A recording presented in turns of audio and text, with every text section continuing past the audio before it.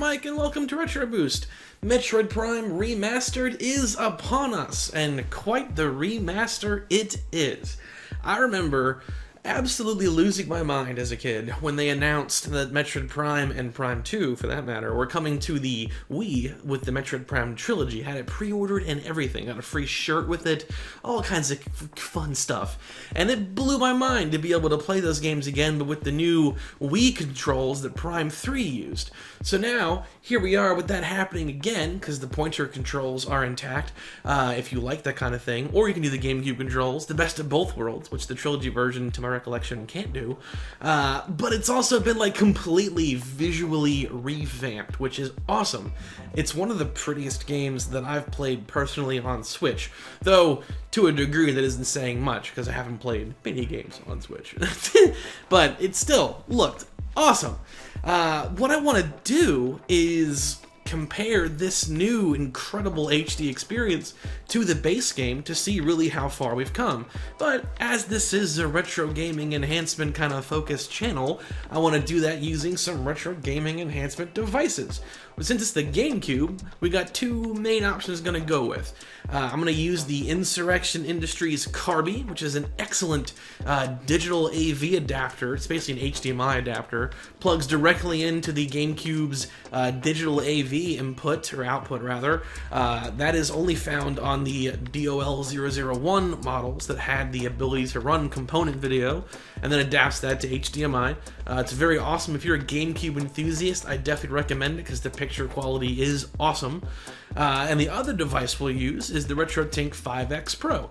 When I did my last kind of video like this, it was for Skyward Sword HD. I didn't have a 5X Pro at that time. I used the RetroTINK 2X multi-format, which is another great option if you're a GameCube enthusiast, because much like the CARBY, that device also supports full 80p pass-through, so you can run the GameCube games at those better output modes. But to keep this video from being like a 2-hour-long comparison video, we're just going to do some scenes with these two devices, the CARBY and the 5X Pro, running shielded component cables. It's the Retrobit Prism cables to kind of get like a peak performance kind of situation to compare to the remaster, to see how far we've come with this remaster, because a lot's changed. It isn't like the old days where they would just do those like HD re-releases for like Xbox 360 and PS3, where like all it is just they just scaled the resolution output and like didn't touch anything else. It's clean looking, but they didn't actually redo anything.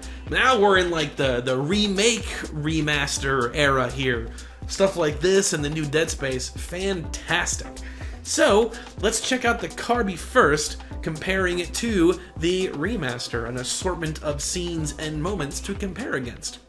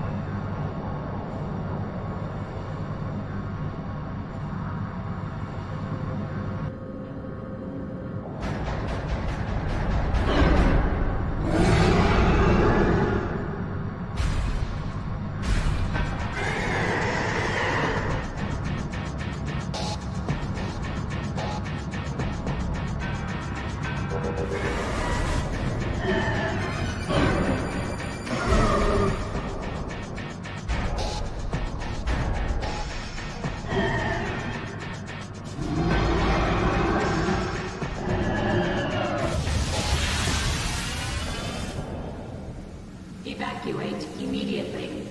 Evacuate.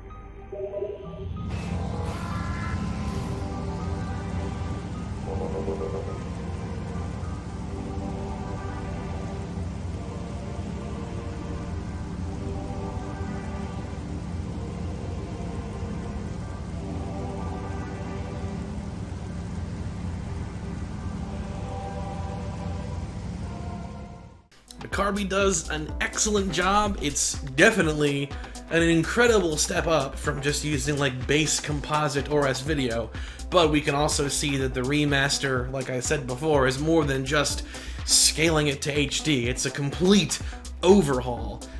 More like a remake, really. So man, a lot's different. It's not just like the quality of textures, but like lighting effects and particle effects, and like so many things are different. The remaster is so beautiful. Even just the opening 30 seconds, like the space background and what the planet Talon 4 looks like as it sits ominously behind the space station. It's such an incredible upgrade versus the original. Like it's outstanding. For someone who is a GameCube enthusiast, the CARBY is an excellent device that can help make content look better to a modern screen. It also supports a host of other features as well. You can customize some settings using an on-screen menu. One of the handy things that a lot of the people that like to chase CRT emulation go for is scanline generation. It does have that ability, as I showed in kind of like a redone video of an old CARBY video showing some Star Fox Assault gameplay with scanlines. Looks quite good. So it's a very capable device. If you're a GameCube enthusiast, I definitely recommend it.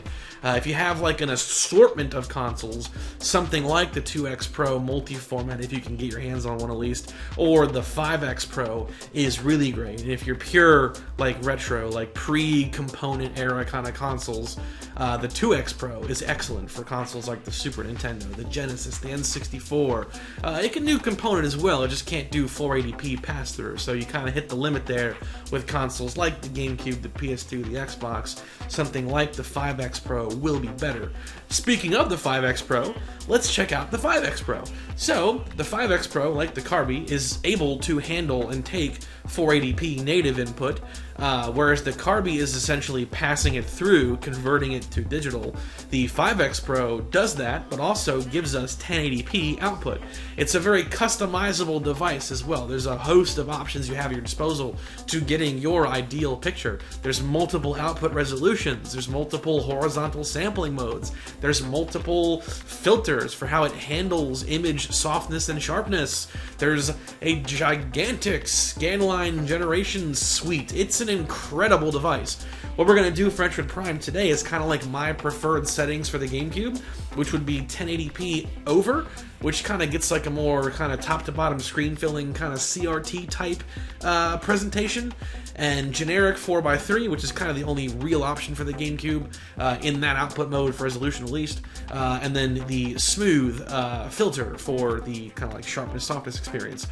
So we'll compare that running the Retrobit Prism component cables against the remaster. All the same kind of moments there. So let's check it out.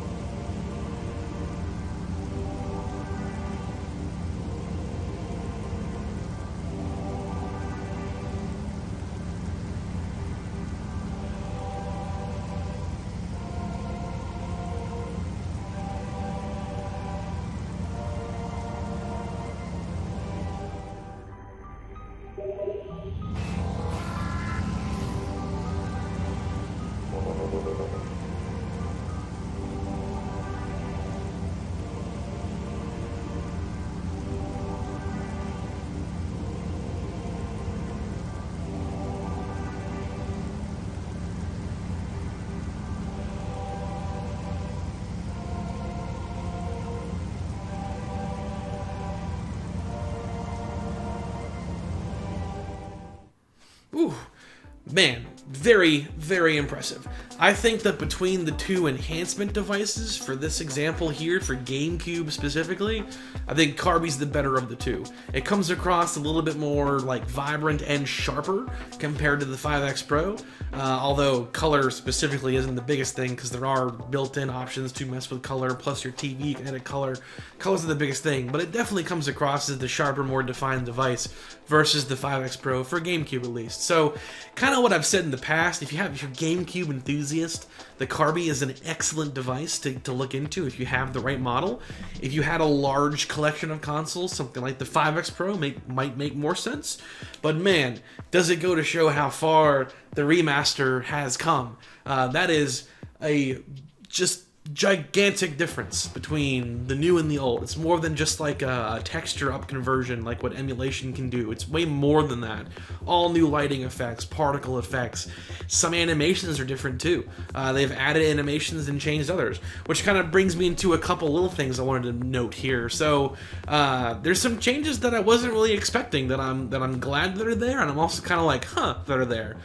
Firstly, they like added a legit animation for the grapple beam. In the base game, it's just the same animation that plays when you get the Chozo artifacts. Like, nothing really happens. I don't have footage of it, unfortunately, but I do have footage of the original. So they actually added a whole new animation there. They also changed the Phazon suit's animation. The pose that Samus does is gone. So, like, they added a new one, but then, like, kind of altered a different one. Interesting. One of the biggest ones for me was Ice Troopers. You can no longer freeze and shatter Ice Troopers in this version, which is interesting because even on the hard mode, that was like a big a relief to be able to do to make their fights easier on you. No longer the case. Now it takes multiple charge shots to dispatch them, or a direct hit from the ice spreader will instantly blow them apart, at least on normal mode. So that will make the Omega Pirate fight on hard even more hard, now that you can't get easy mode on the Ice Troopers if you're lucky to have them spawn during that. Speaking of the Omega Pirate, and I know I'm not the first person to say this, but if this is helpful to anybody, on normal difficulty, he is extremely easy if you know how his battle works. You see, there's rules to how he teleports and heals himself. He will never appear at the same Phazon spot twice in a row, and he will never appear at the one that you're closest to. So, knowing that, on normal mode at least, it's very easy to one-cycle him before he has the chance to fully heal, as I did here in this clip. Just a handy tip for you that may help you with the hard mode version of that, knowing those rules. Though granted, the more damage you do, the bigger the chance that after like 2 cycles of him taking damage, he'll bring on reinforcements, so be aware of that. Good luck with that on hard mode now that you can't freeze the Ice Troopers. They also predictably changed a lot of the speedrunning stuff. They got rid of a lot of the sequence breaks. So I'm no speedrunner, but I am able to do a handful of tricks in the original one, getting Power Bomb early, getting the Plasma Beam early, and the early Space Jump. Someone like me, I can no longer do any of those now. You can still get the Space Jump boots early, which requires a very precise jump with motion controls, of all things, turned on. Speaking of control, I will also say the Retro Fighters Battler GameCube controller, this is what I use to play through the remaster, because it's compatible for Switch. Excellent, excellent. Very much enjoyed using that. It really felt like I was playing a GameCube game, but with these gorgeous new visuals. Did require swapping the controls for Morph Ball and missiles in the options. Then you have true GameCube controls, and I very much enjoyed it. Pointer controls are fun though too, because you can fire around corners, which is always fun. I love that in the trilogy version and in this one. So, hope this was helpful and informative, showing how far the remaster has come compared to the original hardware, even with enhancement devices. There are more videos of those devices on the channel as well. I recently did some new kind of like fixed CARBY videos that shows better capture footage. Plenty of RetroTINK device videos as well. So, thanks for watching. If you found it helpful, feel free to subscribe. It's the best way to help me grow the channel. Hope you're enjoying your Metroid Prime Remastered experience as well. Tell me what control setting you prefer. Pointer? Controller? What do you use? Like I said in mine, I'm a big fan of the Battler. That GameCube experience is what I love personally. Pro Control would be the next best thing. But how's the experience using the pointer controls? You like the Wii spirit? Let me know in the comments. And have a great rest of your day.